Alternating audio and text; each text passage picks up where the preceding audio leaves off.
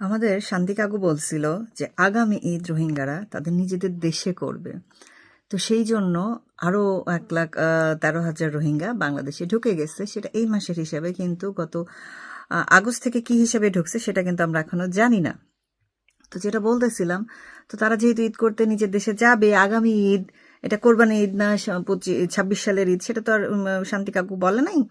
তো আমরা ধরেই নেই কোরবানি ঈদ করতে যাবে, তো সেজন্য সবাই মিলে বাংলাদেশে এসে ওয়েট করতেছে, ওয়েটিং রুমে বসতেছে যেন আগামী ঈদ নিজের দেশে শান্তি মতো করতে পারে। তো যেসব ছাগলের বাচ্চারা লাফাইছিল 13ই মার্চ, একদম ফেসবুক, ইউটিউব সবখানে ভাষায় ফেলছে যে এই যে দেখো, এরকম একটা শাসক আমরা চাইছিলাম, যে একদম সব সমাধান করে ফেলবে, সব সমাধান করে একদম সিলসিলা করে ফেলবে। তো সিলসিলা করে একদম গোয়া দিয়ে ভরে দিছে না? একদম শান্তি এনে দিছে তোমাদেরকে, তাই না? মানে এইসব ছাগলের বাচ্চাদের সাথে আবার আমার তর্কে জড়াইতে হয়, এইটাই সবচেয়ে বড় দুঃখ আমার। যে একে তো এরা কথাবার্তা কিছুই বোঝে না, তার মধ্যে এরা আসে বেহুদা তর্ক করতে। ইউনুসের বাপের 14 গোষ্ঠীর ক্ষমতা আছে রোহিঙ্গাদেরকে ফেরত পাঠাবে, উল্টা বর্ডার খুলে দিছে। এখন আবার কি করছে, যেটা আপনারা বেশিরভাগই গুরুত্ব দিচ্ছেন না, কারণ এখানে তো বয়কট ইন্ডিয়া করা যায় না, তাই এখানে কোনো গুরুত্ব নেই। আরাকান আর্মিকে করিডোর দিচ্ছে বাংলাদেশ। এই করিডোর দিয়ে কি যাবে? মাল সামান যাবে, ওষুধপত্র যাবে। কিন্তু আমাদের পররাষ্ট্র উপদেষ্টা জনাব তৌহিদ বলছেন অস্ত্র যাবে। ওনাকে যখন জিজ্ঞেস করছে কি যাবে, সাংবাদিক বলছে অস্ত্র যাবে না। ভাই, তোরে কি জিজ্ঞাইছে অস্ত্র যাবে কিনা? তোরে জিজ্ঞেস করছে কি যাবে, তুই অস্ত্রের কথা কস কেন? মানে ঠাকুর ঘরে কে রে, আমি তো কলা খাই না টাইপ ব্যাপার পুরাই। তো যাই হোক, বাংলাদেশ কিন্তু একটা যুদ্ধে জড়াচ্ছে। যারা গত 15 বছর যাদের আকর্ষণ ছিল দেশ ইন্ডিয়ার কাছে বেচে দিচ্ছে, তো সেই দেশ উদ্ধার করে ফেলছে তারা। জানি না কিভাবে উদ্ধার করছে। তারা তো একটা ইন্ডিয়ান চুক্তিও বাতিল করে নাই। এর মধ্যে আবার গতকাল না 2 দিন আগেই, গতকালই তো মনে হয় রায় বের হয়েছে, আদানির চুক্তি দেশের সব নিয়ম মেনেই হয়েছে, দেশের সব স্বার্থ উদ্ধার করেই হয়েছে। দেশ বেঁচে দেওয়ার মতো কোনো ক্লজ সেখানে ছিল না।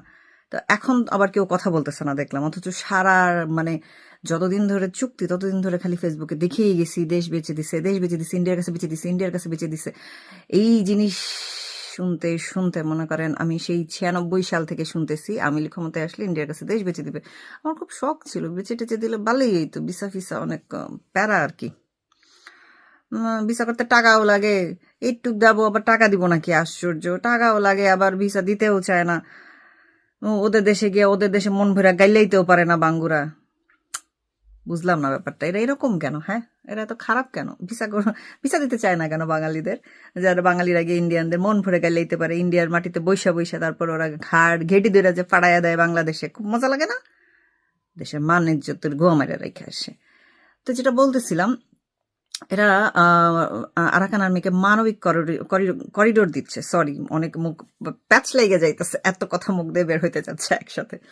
তো মানবিক করিডোর যখন দিবে, তো সেই করিডোরে দেওয়ার ফলে বাংলাদেশ যে এরকম একটা ভূখণ্ড ছিল আস্ত 1,47,000 বর্গ কিলোমিটারের, তো সেই ভূখণ্ডটাকে আস্ত থাকবে? আপনার মনে হয়? মিয়ানমার অলরেডি চেতে আছে যে কেন আরাকান আর্মির সাথে ওরা মিটিং করছে বাংলাদেশ সরকার থেকে।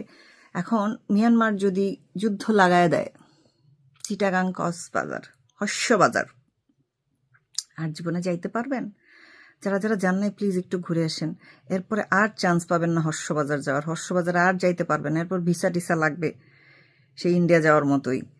কারণ এইটুকু অংশ আমাদের থাকবে কিনা, কারণ অলরেডি রোহিঙ্গা দিয়ে এত ভরে গেছে, এইটুকু আমাদের আর থাকবে না, যা বোঝা যাচ্ছে। না থাকুক, কোনো দরকার নাই। শেখ হাসিনা তো বিদায় হয়েছে দেশ থেকে, তাই না? আমি লিখতেও আমরা ধ্বংস করতেছি, ডেভিল হান্ট করতেছি, ব্লা ব্লা ব্লা ব্লা ব্লা ব্লা। দেশ আস্ত থাকার কোনো দরকার নেই। যারা 15 বছর যুদ্ধ করতে পারি না, এই দেশ খুব ফ্যান্টাসিতে ভুক্ত, হিরোইজম দেখানোর চান্স পাচ্ছি না, তারা তো জুলাই আগস্টে খুব দেখাইছে। এখন এসে একটু রিয়েল হিরোইজম দেখাও না, দেখি একটু তোমাদের হ্যাডার জোর কতখানি। হ্যাডার মধ্যে কত্তানি জোর আছে, একটু দেখতাম, একটু দেখাও ভাইরা। না, এখন তোমরা সবাই প্রোফাইল লক করে বিদেশ কিভাবে যাওয়া যায় সেই প্রিপারেশন নিচ্ছে, জানি। এখন আসেন আরো একটা মজার ঘটনা, সেটা হচ্ছে মানে না বলে আসলে পারতেছি না। জুলাইয়ে মিরপুরে একজন গুলি লেগে মারা গেছে। তার গুলি লাগছে বাম পাশে, বাম পাশের বুকে, ডান পাশের কোমর দিয়ে বের হয়েছে। বুঝলাম না গুলির এরকম মুড সুইং কিভাবে হয়, আমি জানি না আসলে।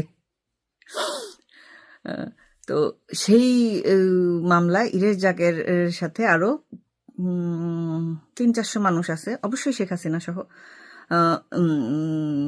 আরো অনেক মানুষজন আছে এই কেসটার মধ্যে। আমি এত নাম বলতে পারতেছি না, সরি। সবার এক অবজেকশন হচ্ছে ইরেশ জাকের এই কাজ করে নাই, মানে হচ্ছে ইরেশ জাকের ছাড়া বাকিরা সবাই মিলে এই কাজ করছে। মানে সবাই মিলে একজনের ঠাপ দিতে গেছে। মানে বুঝলাম না, সবাই মিলে একজনকে যদি ঠাপ দিতেই যায় তাহলে একটা গুলি কেন করছে? ওটা তো ছিন্ন ভিন্ন করে ফেলানোর কথা, তাই না? মানে শেখ হাসিনার নামে মামলা হয়েছে, সেটাতে কোনো সমস্যা নাই, কিন্তু ইরেশ জাকেরের নাম কেন জড়াইছে, এশিয়াটিকের নাম কেন জড়াইছে? সব শিল্পী জনগোষ্ঠী একদম চাগাইয়া দাঁড়ায় গেছে, ছকিত আবু ছাইদের মতো 2 হাত চাগাইয়া দাঁড়ায় গেছে ইরেশ জাকেরকে ডিফেন্ড করার জন্য। Holy cow! শাহরিয়ার কবির যদি হামলা করতে পারে, গুলি করে মারতে পারে লোকজন, ইরেশ জাকেরের মতো দামরা বেড়ারা কেন পারবে না? এই উত্তরটা আমাকে একটু দেন, কেন পারবে না? সবাই তার পক্ষে দাঁড়াইতেছে, মানে আমি বুঝলাম না। সে ইরেশ জাকের পারে না, আর বাকিদের যাদের নাম আছে কেসের মধ্যে, বাকিরা সবাই জড়িত। হ্যাঁ, মানে এইরকম ভণ্ডামিটা আপনাদের না করলে হচ্ছে না? হ্যাঁ, ছোট লোকের জাত। কই আসাদুজ্জামান নূরের পক্ষে তো কেউ দাঁড়ায় নাই, তাকে তো জেলে নিয়ে গেছে, জেলে টর্চার করতেছে, ট্রিটমেন্ট দিচ্ছে না, কই তার পক্ষে তো কেউ দাঁড়ায় নাই। ইরেশ জাকেরের পক্ষে দাঁড়াইছে কেন? কারণ ইরেশ জাকের 30শে জুলাই প্রোফাইল লাল করছিল, সে একটা লাল পাছা বুলবুল, এই জন্য সবাই তার পক্ষে দাঁড়াইছে। মানে জুলাই প্রোফাইল লাল মানে হচ্ছে তার 49 খুন মাফ হয়ে যাবে। বুঝতে পারছেন ব্যাপারটা? মানে মুক্তিযুদ্ধের কথা আমরা বললে মুক্তিযুদ্ধের চেতনা, তোমরা জুলাই স্পিরিট ইজ ওকে, আমরা বাংলায় বলি, তোমরা ইংলিশে বলো। ইংলিশে বলছো তার মানে তো ঠিকই বলছো। এই শান্তি কাকু যেমন রোহিঙ্গাদের পাঠায় দিল, মিষ্টি মিষ্টি কথা বলে, মাথায় টুপি ফিন্দে, পাঞ্জাবি ফিন্দে গেছিল রোহিঙ্গাদের সাথে ইফতার করতে, করে সুন্দর মতো বলেছে যে আগামী ঈদ রোহিঙ্গারা তাদের নিজ দেশে করবে, এই জন্যই কোরবানি ঈদ করতে রোহিঙ্গার দলে দলে এখানে চলে আসছে। বুঝতে পারছেন ব্যাপারটা? বোঝেননি?